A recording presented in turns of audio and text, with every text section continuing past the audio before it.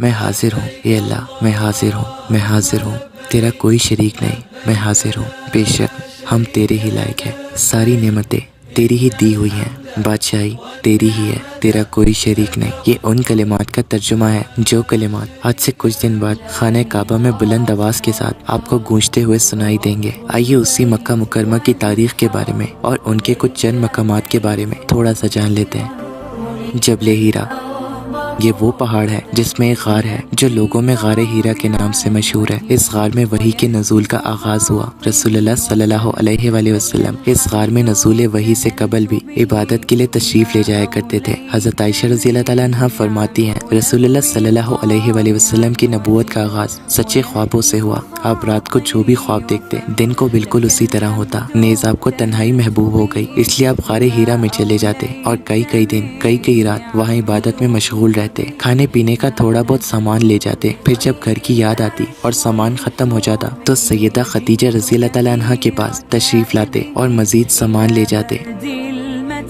جبل سور، یہ پہاڑ مکہ مکرمہ کی نشیبی جانب جنوب میں واقع ہے۔ ہجرت کے موقع پر نبی کریم صلی اللہ علیہ وآلہ وسلم اور ابو بکر صدیق رضی اللہ تعالیٰ عنہ اس پہاڑ کے مشہور غار میں چھپے تھے۔ یہ وہی غار ہے جس کا ذکر اللہ تعالیٰ نے اپنی کتاب قرآن کریم میں کیا ہے، دو میں سے دوسرا، جبکہ وہ دونوں غار میں تھے۔ یہ اس وقت کی بات ہے جب مشرکین نے ارادہ کیا تھا کہ آپ کو قتل کر دیں یا قید کر دیں یا جلا وطن کر دیں۔ آپ اپنے دوست اور ساتھی ابو بکر صدیق رضی اللہ تعالیٰ عنہ کے ساتھ چھپکے سے نکل گئے۔ پھر آپ دونوں 3 دن تک غار سور میں چھپے رہے تاکہ آپ کو کھوج لگانے والے مایوس ہو کر بیٹھ جائیں اور آپ آرام سے مدینہ منورہ چلے جائیں۔ ابو بکر صدیق رضی اللہ تعالیٰ عنہ گھبرا رہے تھے کہ کہیں کسی کو اطلاع نہ ہو جائے اور رسول اللہ صلی اللہ علیہ وآلہ وسلم کو مشرکین کی طرف سے کوئی تکلیف نہ پہنچائی جائے۔ آپ صلی اللہ علیہ وآلہ وسلم ان کو مطمئن کر رہے تھے اور فرما رہے تھے، ابو بکر، ان 2 شخصوں کے متعلق آپ کا کیا خیال ہے جن کے ساتھ تیسرا اللہ تعالیٰ ہے؟ بے شک مسجد خیف، یہ ان مساجد میں سے ہے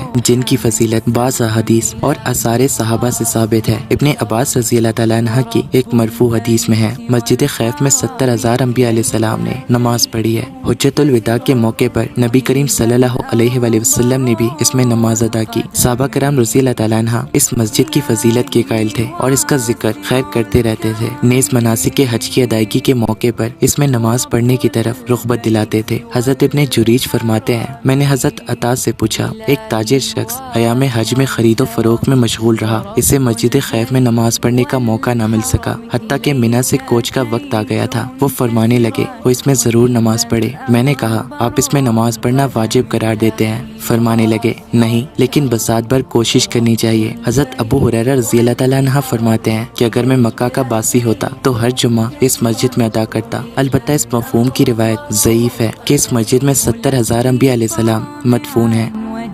منی، یہ وہ مقام ہے جہاں عرفہ کے دن طلوع شمس تک اور یوم نحر اور بعد والے ایام تشریق میں حاجیوں کو جانے اور ٹھہرنے کا حکم ہے۔ یہاں رات ٹھہرنے کا حکم بھی ہے اور یہیں حاجی لوگ جمرات کو کنکریاں مارتے ہیں۔ منی حج کے دنوں میں تو بہت آباد ہو جاتا ہے، باقی سارا سال خالی رہتا ہے، سوائے ان چند لوگوں کے جو وہاں رہائش پذیر ہے۔ منی کی حد وادی محصر کے کنارے سے لے کر اس کی گھٹائی تک ہے، جس کے پاس مکہ کی طرف والا آخری جمرہ ہے۔ اسے جمرہ عقبہ کہا جاتا ہے۔ اسی کے پاس انصار نے رسول اللہ صلی اللہ علیہ وآلہ وسلم کی بیعت کی تھی۔ منی کی ایک فضیلت یہ ہے کہ مسجد خیف یہی واقع ہے۔ نیز اللہ تعالیٰ نے اسی وادی میں سیدنا ابراہیم علیہ السلام کو ان کے بیٹے کے فدیے کے طور پر مینڈا عطا فرمایا تھا، جس کا واقعہ مشہور ہے۔